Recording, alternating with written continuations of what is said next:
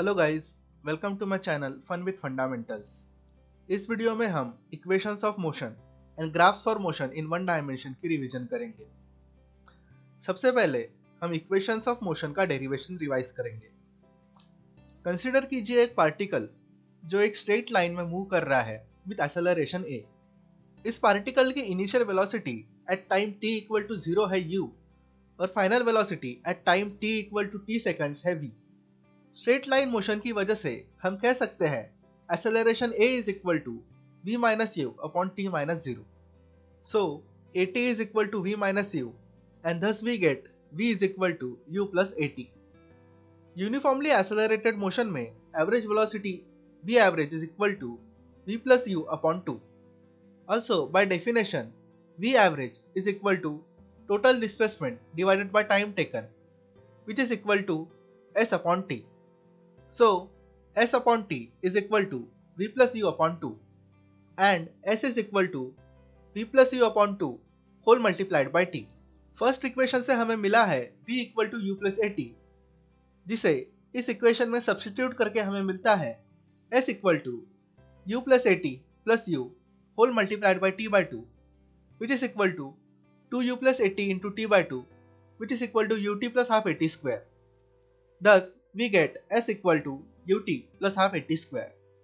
First equation से अगर हम t को v minus u upon a से रिप्लेस करेंगे और उसे s equal to v plus u upon 2 whole multiplied by t में सब्स्टिट्यूट करेंगे तो हमें s के लिए एक और एक्सप्रेशन मिलती है as s is equal to v plus u upon 2 multiplied by v minus u upon a. Further solving it gives us 2as equal to v square minus u square. thus हमें मिलता है v square equal to u square plus 2as. इस तरह हम तीनों equations of motion को derive करते हैं। नेक्स्ट रिवाइज करते हैं मोशन अंडर ग्रेविटी। अगर कोई ऑब्जेक्ट ग्रेविटी के इन्फ्लुएंस में ऊपर की तरफ मूव करता है तो उसकी वेलोसिटी टाइम के साथ कम होती जाती है, इसीलिए उस ऑब्जेक्ट का एक्सेलरेशन उसके मोशन के डायरेक्शन के अपोजिट मतलब डाउनवर्ड डायरेक्शन में होगा। अगर कोई ऑब्जेक्ट ग्रेविटी के इन्फ्लुएंस में नीचे की तरफ मूव करता है तो उसकी वेलोसिटी टाइम के साथ बढ़ती जाती है, इसीलिए उस ऑब्जेक्ट का एक्सेलरेशन उसके मोशन के सेम डायरेक्शन में मतलब डाउनवर्ड डायरेक्शन में होगा। थस इन दोनों ऑब्जर्वेशन से हम कह सकते हैं कि ग्रेविटी के इन्फ्लुएंस में मूव होने वाले किसी भी ऑब्जेक्ट का एक्सेलरेशन हमेशा डाउनवर्ड डायरेक्शन में यानी अर्थ के सेंटर की तरफ ही होगा। मोशन अंडर ग्रेविटी के कैलकुलेशंस के रिगार्डिंग साइन कन्वेंशंस है 1. अपवर्ड डायरेक्शन में रहने वाले सारे वेक्टर्स पॉजिटिव लिए जाएंगे। 2. डाउनवर्ड डायरेक्शन में रहने वाले सारे वेक्टर्स निगेटिव लिए जाएंगे। एंड 3. ग्रेविटी के अंडर रहने वाले सारे ऑब्जेक्ट का एक्सेलरेशन होगा -9.8 मीटर पर second square, which will be denoted by -g। Next हम मोशन अंडर ग्रेविटी के वेरियस केसेस स्टडी करते हैं। केस 1 है एक ऑब्जेक्ट को हाइट h से ड्रॉप किया गया है। यहाँ u is equal to 0 and a is equal to -g।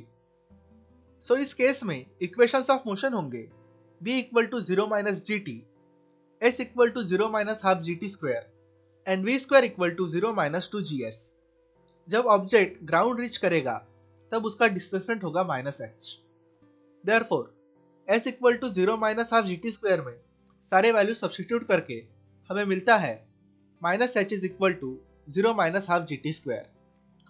दोनों साइड से नेगेटिव साइन रिमूव करके हमारी इक्वेशन आती है h equal to half gt square and thus t square is equal to 2gh and t is equal to square root of 2h upon g, जो कि object को ground reach करने के लिए लगने वाला टाइम पीरियड है। अगर हम एयर रेजिस्टेंस को इग्नोर करते हैं तो यह टाइम पीरियड ऑब्जेक्ट के मास साइज और शेप के इंडिपेंडेंट रहता है। सिमिलरली इक्वेशन 1 में t की वैल्यू डाल के हमें मिलता है v equal to -gt equal to -g into square root of 2h upon g, which is equal to minus of square root of 2gh। Case 2 है एक ऑब्जेक्ट को इनिशियल वेलोसिटी u से अपवर्ड डायरेक्शन में throw किया गया है। यहाँ initial velocity है u और एक्सेलरेशन है -g। तो इस केस में इक्वेशंस ऑफ मोशन आती है v equal to u minus gt, s equal to ut minus half gt square and v square equal to u square minus 2gs। जब यह object maximum height h reach करेगा तब इसकी velocity 0 हो जाएगी, इसीलिए v is equal to 0 at s is equal to h। Therefore, v is equal to u minus dt से मिलेगा t equal to u minus g। t की value s equal to ut minus half gt square में substitute करके मिलता है h equal to u multiplied by u बाई g minus half g into u square upon g square. Thus h is equal to u square upon g minus half u square upon g which is equal to u square upon 2g। अगर ये same object अभी नीचे आता है तो case 1 में मिले equation के हिसाब से time taken to reach ground होगा t equal to square root of 2h upon g। यहाँ h की वैल्यू हम सब्स्टिट्यूट करेंगे u square by 2g। Thus t is equal to square root of 2 by g into u square upon 2g which is equal to square root of u square upon g square which is equal to u by g। Thus time taken to ascent is equal to time taken to descent। Next हम study करेंगे graphs in motion in one dimension. सबसे पहले देखते हैं displacement time graphs. Case 1 है particle is stationary at t equal to 0 particle is at x0। इस case में graph एक straight line parallel to horizontal या x एक्सिस रहेगा। केस 2 है particle is moving with constant velocity v towards right. इस case में graph एक straight line रहेगा जो हॉरिजॉन्टल के साथ एक एक्यूट एंगल बनाएगा जिसकी वैल्यू होगी alpha and v equal to tan of alpha will be positive. Case 3 है particle is moving with constant velocity v towards left. इस केस में ग्राफ एक स्ट्रेट लाइन रहेगा जो हॉरिजॉन्टल के साथ एक ऑब्टूज एंगल बनाएगा जिसकी वैल्यू होगी alpha and v equal to tan of alpha will be negative. Case 4 है particle is moving with constant acceleration a directed towards right. इस केस में ग्राफ एक पैराबोला रहेगा at t equal to 0 x is equal to 0, at t equal to t1 and x equal to x1 v is equal to v1 which is equal to tan of alpha 1। At t equal to t2 and x equal to x2 v is equal to v2 which is equal to tan of alpha 2। Graph से हम देख सकते हैं alpha 2 is greater than alpha 1, hence tan of alpha 2 will be greater than tan of alpha 1 and therefore v2 will be greater than v1। Case 5 है particle is moving with constant acceleration a directed towards left. इस case में भी graph एक parabola रहेगा at t equal to 0 x is equal to 0, at t equal to t1 and x equal to x1 v is equal to v1 which is equal to tan of alpha 1, at t equal to t2 and x equal to x2 v is equal to v2 which is equal to tan of alpha 2। Graph से हम देख सकते हैं कि alpha 2 is less than alpha 1, hence tan of alpha 2 will be less than tan of alpha 1 and therefore v2 will be less than v1। Next हम study करेंगे velocity time graphs.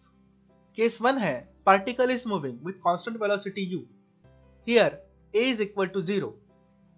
इस case में ग्राफ एक straight line रहेगी जो horizontal या x axis को parallel रहेगी। केस 2 है particle is moving with constant positive acceleration a। इस केस में ग्राफ एक स्ट्रेट लाइन रहेगा जो हॉरिजॉन्टल के साथ एक एक्यूट एंगल अल्फा बनाएगा। Here tan of alpha is equal to acceleration a। Case 3 है particle is moving with constant negative acceleration minus a which is retardation। इस केस में ग्राफ एक स्ट्रेट लाइन रहेगा जो हॉरिजॉन्टल के साथ एक ऑब्टूज एंगल अल्फा बनाएगा। Here tan of alpha will be equal to minus a। Case 4 है particle is moving with increasing acceleration. इस केस में ग्राफ एक पैराबोला रहेगा a1 is equal to tan of alpha 1, a2 is equal to tan of alpha 2। Graph से हम देख सकते हैं alpha 2 is greater than alpha 1, hence tan of alpha 2 will be greater than tan of alpha 1 and therefore a2 will be greater than a1। Case 5 है particle is moving with decreasing acceleration. इस case में graph एक parabola रहेगा a1 is equal to tan of alpha 1, a2 is equal to tan of alpha 2। Graph से हम देख सकते हैं कि alpha 2 is less than alpha 1, hence tan of alpha 2 will be less than tan of alpha 1 and therefore a2 will be less than a1. Next है acceleration time graphs. Case 1 है particle is moving with constant acceleration. इस case में graph एक straight line रहेगी जो horizontal या x axis को parallel रहेगी. केस 2 है particle is moving with increasing acceleration at constant rate. इस केस में ग्राफ एक स्ट्रेट लाइन रहेगी जो हॉरिजॉन्टल के साथ एक एक्यूट एंगल अल्फा बनाएगी. केस 3 है particle is moving with decreasing acceleration at constant rate. इस केस में ग्राफ एक स्ट्रेट लाइन रहेगी जो हॉरिजॉन्टल के साथ एक ऑब्ट्यूज एंगल अल्फा बनाएगी. फाइनली हम फिर एक बार इक्वेशंस ऑफ मोशन डिराइव करेंगे with the help of velocity time graph of an uniformly accelerated particle. Suppose एक पार्टिकल स्ट्रेट लाइन में मूव कर रहा है विद कांस्टेंट एक्सेलरेशन a. इस पार्टिकल की पॉइंट a पे at time t equal to 0 second initial velocity है u और पॉइंट b पे at time t equal to t second final velocity है v. इसका वेलोसिटी टाइम ग्राफ एक straight line रहेगा जो हॉरिजॉन्टल के साथ एक एंगल अल्फा बनाएगा और acceleration a is equal to tan of alpha. tan of alpha equal to a is equal to opposite side by adjacent side which is equal to bc divided by ac which is equal to v minus u upon t. Therefore, at is equal to v minus u, that is v is equal to u plus at. इस तरह हमें first equation of motion मिलती है. इस particle का displacement रहेगा area under the graph of v versus t which is equal to the area of trapezium ABDO. Thus, area of trapezium is equal to half into sum of parallel sides into height which is equal to half into OA plus BD whole multiplied by OD. Thus, S is equal to half of V plus U into T. इस equation को हम 1 से denote करते हैं. By replacing V with U plus AT in 1, we get S equal to half into 2U plus AT multiplied by T. Thus, S is equal to ut plus half at square. इस तरह हमें second equation of motion मिलती है. By replacing t with v minus u upon a in 1, we get s equal to half into v plus u multiplied by v minus u upon a. Thus, s is equal to 1 by 2a into v square minus u square, which gives v square equal to u square plus 2as. इस तरह हमें तीनों equations of motion मिलते हैं. That's it for this video. Thank you for watching and have a great day.